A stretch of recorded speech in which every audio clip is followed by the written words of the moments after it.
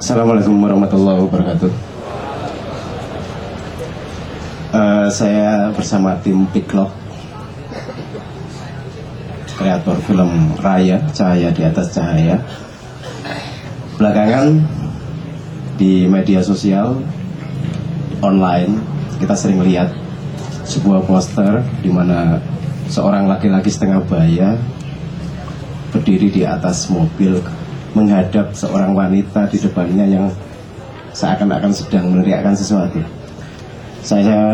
Background saya desain grafis, maka saya ketika melihat film poster itu, apaan ini? Dan sewaktu melihat judulnya, ada kesinambungan antara judul Raya Cahaya di Atas Cahaya itu dengan poster itu, menurut saya. Karena begitu mendengar kata Raya, dalam bayangan saya pas waktu itu saya langsung menghubungkannya dengan kata ijo royo-royo. Wah, jangan-jangan Raya yang di sini itu ngangkut makna dari ijo royo-royo. Karena pada waktu kecil saya bertanya pada orang-orang tua di kampung saya anak kampung, ijo royo-royo ki opo? Ternyata ijo royo-royo itu daun-daunan yang terhembus angin. Maka warna hijau dari daun-daunan itu seakan-akan gemilang, seakan-akan bercahaya, melempar-lemparkan cahaya. Ketika melihat poster film itu, bayangan saya langsung ke situ. Malam ini kita kedatangan teman-teman Piklok. Samping kiri saya Mbak Viva Westi, sutradara. Kemudian Mbak Dewi Umaya, produser. Dan yang seberang sana adalah Sabrang, produser. Saya memoderasi diskusi kali ini. Nanti teman-teman silakan bertanya. Kita ngobrol-ngobrol bebas saja tentang film Raya ini. Apa sih yang ingin disajikan? Karena sebagian besar yang saya pantau dari Twitter atau yang lain, tulisan-tulisan di beberapa media dan blog gitu, seakan-akan ada motivasi bahwa mengapresiasi film ini itu gara-gara yang nulis skenario adalah Cak Nun. Tapi apakah begitu? Saya juga kenyataannya juga tidak tahu, itu kesimpulan-kesimpulan kecil saja. Oke, saya akan langsung ngobrol dengan Mbak Westi, Mbak Dewi, dan di seberang sana Mas Sabrang. Pertama untuk Mbak Westi, ini sebenarnya film yang disangka orang sebagai film religi katanya, kan hanya gara-gara dibuat oleh Cak Nun, ditulis oleh Cak Nun. Apakah memang seperti itu, atau film ini berusaha untuk membuat genre baru, mengikuti genre yang lama, film petualangan atau film fiksi biasa saja, atau punya kategori apa secara genre? Monggo. Assalamualaikum warahmatullahi wabarakatuh. Terima kasih Mas Eris Supit. Kalau ditanya, kalau kita dengar kalimat film religi atau religius, kita pasti ingatnya mungkin ayat-ayat cinta, atau di bawah lindungan Ka'bah, atau ada beberapa lagi film yang sejenis itulah ya. Nah, film Raya yang pasti tidak seperti itu. Jadi kalau Papa dibilang film religi atau religius seperti kebanyakan pandangan masyarakat kita bilang bahwa film yang bertemakan agama adalah film religi, film Raya sama sekali tidak masuk dalam kategori ini. Karena pertama tidak ada simbol-simbol agama di dalamnya. simbol agama itu mungkin seperti sholat atau gereja atau apapun gitu, dan dalam film raya itu tidak ada. Tapi di dalam film raya kita bisa merasakan kehadiran Tuhan tanpa harus dibuatkan simbol-simbolnya. Jadi kalau kita mau bilang film ini tepatnya mungkin film spiritual kali, spiritual. Susah nih menjelaskan genre-nya ini apa, tapi yang pasti film ini adalah film drama percintaan yang mereka lakukan di dalam film ini adalah kalau dibilang ini genre-nya apa, ini mungkin road movie, karena memang dalam film ini adalah perjalanannya seorang diva yang bernama Raya melakukan perjalanan dengan fotografer yang bernama Arya dari Jakarta sampai ke Bali. Jadi kalau dibilang film religi, saya bilang ini bukan film religi atau religius, tapi kita bisa rasakan ada Tuhan di situ. Jadi gimana tuh Mas? Jadi bingung juga ngejawabnya. Iki repot ini. Oke. Tapi dia drama loh. Drama tanpa monggo. Assalamualaikum warahmatullahi wabarakatuh. Ya jadi sebenarnya memang genre tuh ada sebenarnya horor, drama, trailer gitu. Nggak ada yang lain gitu. Sebenarnya yang lain pengembangannya aja sih. Tapi memang ini drama sebenarnya drama kalau mau kita bilang bahwa ini sebenarnya pencarian, bukan, bagaimana seorang menemukan cintanya yang sejati. Cinta, ini drama percintaan. Itu cintanya terhadap apa ya bisa bermacam-macam. Ini lebih luas lagi cintanya, nggak cuma dia dengan kasihnya gitu, tapi juga cinta yang lebih terhadap kehidupan gitu, terhadap Tuhan gitu, seperti itu. Dan kalaupun akhirnya orang merasa bahwa ini sangat menyentuh religinya gitu, menyentuh sisi-sisi religiusnya gitu ya, karena memang itu kita selalu berpikir bahwa kalau membuat sesuatu itu yang namanya pesan moral itu bukan kita yang membuat, tapi apa yang didapat gitu, justru apa yang didapat penontonnya ketika menonton film itu gitu. Jadi tergantung siapa yang menonton dan apa muatannya, apa yang dia cari ketika menonton. Jadi ketika dia merasa mencari sesuatu ini, ya dia akan temukan itu di dalam film itu gitu. Jadi kita tidak menghususkan ini loh kita mau pesan moralnya seperti ini, enggak gitu. Tapi kita cuma bercerita ini tentang perjalanan seseorang menemukan cintanya gitu. Oke, jadi road movie itu bahasa yang asik sekali. Lebih asik daripada film religi. Itu malah gak kena, gak cedok. Oke, untuk Mas Abang, monggo dipegang mic-nya. Wah, ini jan angel jane ngomong kayak ngene iki meng ya piye meneh.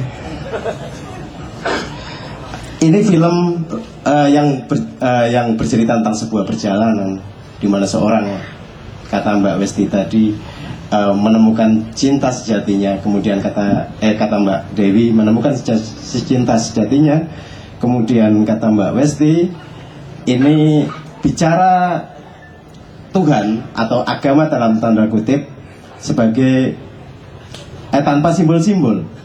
Nah, cinta sejati ini yang seperti apa? Yang seperti apa yang dilukiskan dalam film ini? Monggo.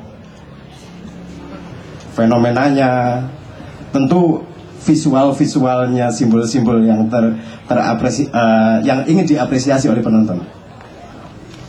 Assalamualaikum warahmatullahi wabarakatuh. Kok ling ganteng pertanyaannya cinta sejati itu apa? Lah iya aku orang beliane kok mung kuwe yo. Yang nggak sejati aja setengah mati mengalaminya. Tanya Gandhi kalau nggak percaya. Ora, ini berbicara juga atas nama cinta ini, tenang aja. Gimana ya? Menemukan cinta sejati itu kalau saya analogikan seperti rasa manis. Nah, seperti apa itu rasa manis? Ya rasakan sendiri, nggak mungkin bisa menjelaskan saya. Rasa manis pakai deskripsi seperti apapun tidak akan bisa saya membagi rasa manis kecuali merasakan sendiri cinta sejati. Tapi di sini ya perjalanan raya yang diceritakan adalah bagaimana dia menemukan dirinya sendiri. Kalau nggak salah ayat ini Pak Kiai, kalau di mana kau menemukan dirimu, kau akan menemukan Tuhanmu. Man arafa nafsahu faqad arafa rabbahu. Di mana kau menemukan dirimu sendiri, kau akan menemukan Tuhanmu. Nah, di sini raya dalam perjalanannya adalah mencoba menemukan dirinya sendiri. Dan dengan menemukan dirinya sendiri, dia akan menemukan tahapan cinta itu tadi. Ya, pertama dia cinta dengan pekerjaannya, agar dirinya menjadi seseorang. Itu kan dasarnya atas cinta terhadap dirinya sendiri. Kemudian dia meningkat, nggak cinta sama diri sendiri, tak tingkatkan, cinta sama orang lain, mencoba dilebarkan sedikit. Terus ini masih tertipu si Raya ini. Cinta sama orang lain tuh sebenarnya cinta yang lebih luas atau cinta sama diri sendiri yang punya alasan orang lain? Paham nggak maksudku? Nggak paham ya? Oke. Kalau Anda ngomong cinta sama seseorang dan nggak dibales, itu loro ati ora? Loro ati itu. Sebenarnya ketika Anda ngomong cinta sama orang lain, itu Anda mencintai diri Anda sendiri atau mencintai orang lain sih? Karena kalau tidak mendapat balasan, loro hati, sakit. Jadi yang dicari adalah balasan dia. Sebenarnya kamu ingin menyenangkan dirimu sendiri, bukan mencintai siapa yang kau cintai. Kan gitu.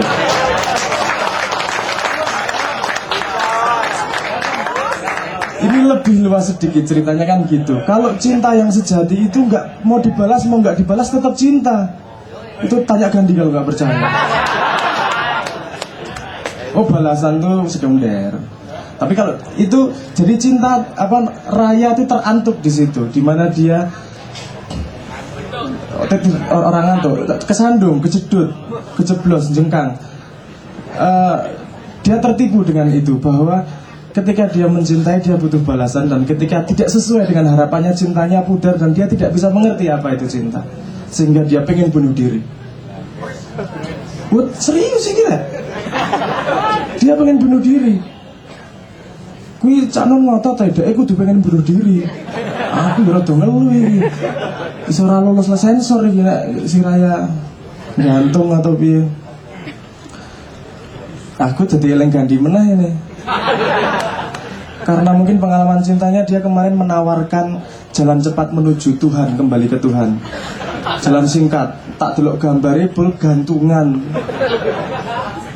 Kok gantung, jalan cepat kembali ke Tuhan. Oke, intermezzo. Nah, cintanya tadi kan sedikit meluas, tapi kemudian ketika perjalanannya dia menemukan bahwa cinta itu cuma masalah skala. Dia menemukan menuju cinta sejati itu tadi, logika cinta. Dasarnya bukan cinta, dasarnya adalah rindu. Ketika dia hanya paham dirinya, yang dia rindukan adalah dirinya, kesenangan hatinya. Makanya kalau masih kecil senangannya mainan, senangannya bermain, keceh, udan-udanan. Nah, agak gede sedikit dia tak coba mencintai orang lain, objek di luar dirinya. Walaupun masih tertipu-tipu, kemudian dia menemukan istrinya, di mana dia benar-benar mencintai istrinya dan menemukan cinta dalam keluarga. Skalanya lebih besar. Dia tidak menemukan jawaban rindunya yang kecil itu pada cinta pada diri sendiri. Kemudian agak gede cinta sama keluarga. Terus dia menderita cinta yang dia tidak paham, yaitu cinta kepada anaknya. Itu nggak bisa ditolak. Dia lebih besar lagi skalanya. Tapi rindunya masih belum keisi kan. Ini saya ngomong peta cinta dulu. Tadi sampai cinta keluarga ya. Ketika sudah punya anak dia menderita. Aku ngomongnya menderita karena itu dia nggak punya kuasa terhadap itu. Orang punya anak pasti sayang sama anaknya. Bu babi, sapi, kadal, Gandhi sekalipun itu semuanya kalau punya anak pasti cinta sama anaknya.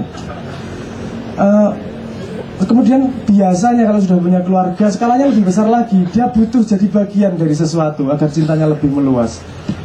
Dia suka sama, dia jadi klub sepak, ikut Milanisti Milanisti terus apa? Anak Juve apa? Juvenisti kan ya?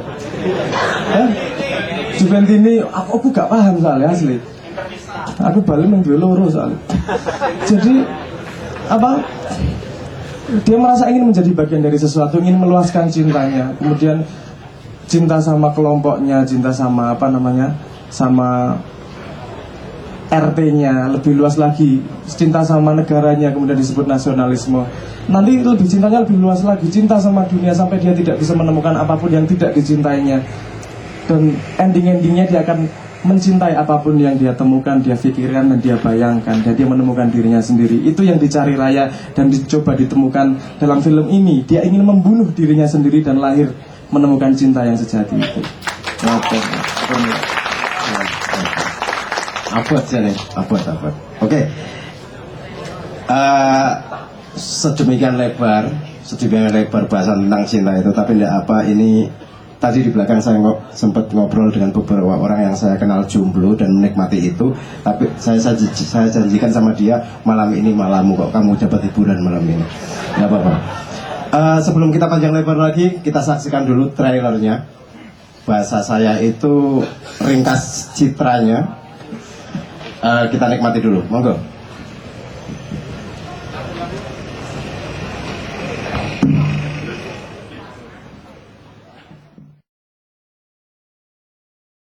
Lihat di bioskop. Tapi dari sekilas kita sudah banyak mendengar tadi, karena ujaran-ujarannya yang ada di situ sedemikian dekat dengan apa yang sering kita tangkap dari forum-forum Maiyah seperti Hai Dunia, Aku Bukan Pengantinmu dan sebagainya. Mbak Westi, ini katanya dengar-dengar filmnya dibikin dengan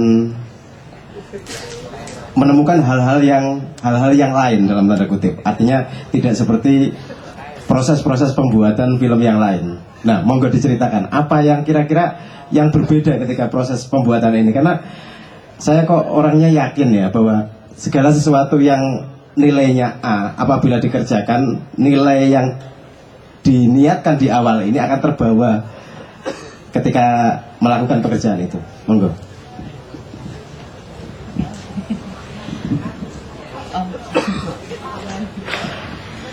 Ya, ini adalah film kelima saya. Yang saya rasakan memang paling banyak perbedaannya adalah proses penulisan skenarionya. Waktu pertama kali, kenapa sampai harus di sini diucapkan harus Cak Nun, itu juga ada prosesnya. Jadi saya bilang sama Mbak Dewi, saya pengen sekali bikin film yang orang kalau nonton tanpa perlu digambarkan dengan hal-hal yang verbal gitu, tapi kita bikin film yang kalau orang nonton hatinya langsung bisa tersentuh, walaupun itu mungkin hal yang paling sederhana yang sering kali kita lihat sehari-harinya. Saya bilang gitu sama Mbak Dewi, terus Mbak Dewi bilang bahwa kalau begitu yang menulis harus Cak Nun, nggak bisa yang lain, karena kita berdua masih dalam proses mencari jati diri, proses menjalani hidup yang belum terlalu banyak pengalaman. Terus kita mau bikin film itu kan harus punya sesuatu pesan atau apa yang bisa ditangkap sama orang, bukan hanya sekedar cerita begitu saja. Akhirnya kita datang ke tempat Cak Nun. Yang menarik di sini adalah Cak Nun tidak pernah membuat skenario itu selesai. Jadi bisa dibayangkan saya syuting biasanya dengan skenario yang kita selalu bilang ini sudah finish, skenario-nya udah final, kita mulai. Tapi sampai saya selesai syuting, menurut Cak Nun skenario-nya belum selesai. Dalam perjalanan kreatif kita, akhirnya kita percaya bahwa memang sampai sekarang, sampai malam ini sebetulnya skenario-nya belum usai. Masih banyak yang harus kita perbaiki terus-terusan, tapi susah untuk diterjemahkan nih Mas, belum selesainya itu seperti apa. Tapi seperti itulah kata Cak Nun. Saya bilang, Cak, ini udah final belum? Ini belum final Westi, tapi besok saya sudah mau syuting. Dia tidak akan pernah selesai, jadi kamu kerjakan aja. Nah itu yang paling menarik, karena saya mengerjakan film ini dengan skenario yang menurut Cak Nun belum final.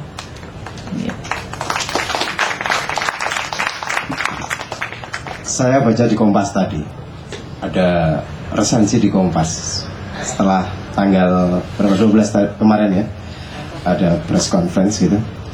Konon banyak kejadian-kejadian yang memotivasi.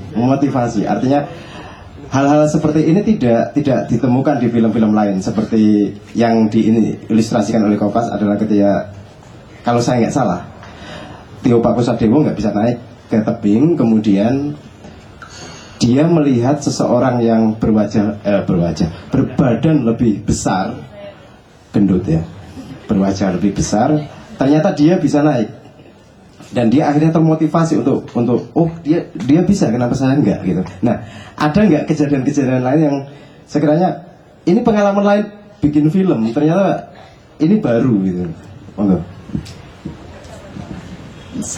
Itu sangat saya percaya bahwa niat awal itu akan mengikuti perjalanan kita. Begitu skrip Cak Nun kita terima, saya punya kru yang berarti mereka wajib membaca semua skenario skenario Cak Nun. Setelah membaca itu semuanya merasa bahwa mereka merasa sangat terhidayah, kalau memakai bahasa ini ya, tersentuh. Jadi bisa dibilang bahwa perjalanan syuting saya, alhamdulillah sekali, kita tidak menemukan hal-hal yang biasanya terjadi pada saat kita syuting. Yang paling sederhana adalah hujan.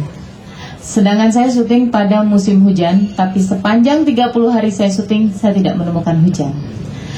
Dengan perjalanan selama hampir 25 hari dari Jakarta sampai Bali, pecah ban untuk mobil kru saya yang sebanyak 40 tidak terjadi. Tidak ada satupun dari 100 kru saya yang jatuh sakit, padahal syuting saya luar biasa berat. Bisa dilihat tadi bahwa Kawah Ijen itu 0 derajat di atas, dan kita harus menginap di lereng Kawah Ijen, gunungnya, untuk melanjutkan perjalanan lagi jam 2 pagi. Alhamdulillah semuanya senang, semuanya terberkati. Saya merasa, jadi begitu kita selesai syuting sampai kita berkumpul lagi dengan kru-kru saya, semua bilang bahwa tidak pernah merasakan bahwa kita seperti didoakan seluruh alam untuk melakukan perjalanan ini. Semuanya seperti bersahabat dengan kita, seperti semuanya bilang, ayo bikin film ini yang terbaik buat semuanya. Kawah hujannya manjur. Jadi mantra-mantra itu sudah dititipkan lewat skenario.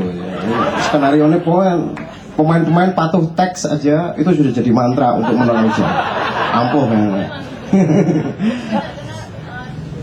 Itu benar banget bahwa nanti kalau saya berharap semua bisa nonton bahwa skenario yang dialog yang diucapkan oleh pemain itu semua tidak pernah keluar dari yang ditulis oleh Cak Nun. Titik komanya. Menipu dengan berbohong itu sama ya, tapi ada beberapa kalimat yang Pak Cak Nun bilang, jangan pernah bilang bahwa berbohong itu hal yang sepele. Tapi coba kalau kita ganti dengan menipu, nggak enak gitu loh. Jadi memang semua pemain saya patuh tuh sampai titik koma dengan yang ditulis oleh Cak Nun. Ini testimoni. Jadi kalau sampai nanti pulang dan keadaannya kalut, pesan kecilnya baca bukunya Cak Nun. Siapa tahu bisa berubah. Oke, Mbak Dewi, panjenengan sendiri apa yang dirasakan? Ini kan memproduksi film yang lain dalam tanda kutip. Secara pribadi, petualangan atau pencapaian apa yang pernah yang terasa dalam perjalanan itu? Yang pasti ini pertama kalinya saya tidak pernah menghitung dengan tepat budget karena selalu berubah sampai film ini mau tayang itu budget itu nggak pernah stay gitu. Jadi itu mungkin pertama kali dalam hidup saya bahwa saya nggak bisa nge-lock skrip gitu, karena waktu saya bilang, Cak Nun kapan nih locknya gitu, dia cuma bilang ya nggak pernah lock ya. Saya mau ngomong apa dong gitu kan. Ya yang pasti sih memang saya cuma saya merasa bahwa kenapa kita ada di film ini di awal ini tuh semua dipermudahkan, dimudahkan akhirnya diperjalankan gitu. Kok ya filmnya juga tentang perjalanan gitu. Jadi saya pikir semua itu mengalir gitu. Saya berusaha untuk mencoba mengalir dan tidak pakai pakem-pakem yang pernah saya terapkan di beberapa lebih dari 10 film saya gitu. Jadi saya pikir ini yang pertama kali dalam hidup saya gitu, saya nggak punya yang namanya, saya menganggap bahwa skrip itu adalah blueprint. Ternyata ya cuma pegangan aja gitu, pegangan untuk berjalan aja sih pada dasarnya. Tapi yang selalu saya ingat adalah ketika Cak Nun menasihati kita untuk teruslah berjalan gitu, ambil kunci-kuncinya dan nanti kita akan temukan pintu-pintunya gitu. Jadi saya pikir, jadi mungkin kunci ini tidak cocok di satu pintu ini, dan kita akan coba di pintu yang lain. Dan itu terus sampai film ini mau kita bilang oke, tayang itu masih ada revisi. Ini saya sampai tadi malam itu masih ada beberapa yang terus direvisi. Ya luar biasa sih, itu aja. Mungkin saya menambahi sedikit. Mungkin salah satu bagian terberat dari film ini adalah melibatkan Cak Nun. Asli serius itu. Apa namanya? Karena kalau beliau sudah menulis susah dihentikan. Dan kalau mau ganti dalam tanda petik seenaknya aja. Orang ganti nggak 40 halaman lewat BB gitu ya, sederhana dia itu. Jadi ya belum lock. Lah piye ngitung ngitung jadwalnya, ngitung budgetnya dan segala macam. Yuk, ini momen hidayah tuh nggak bisa kamu buru-buru.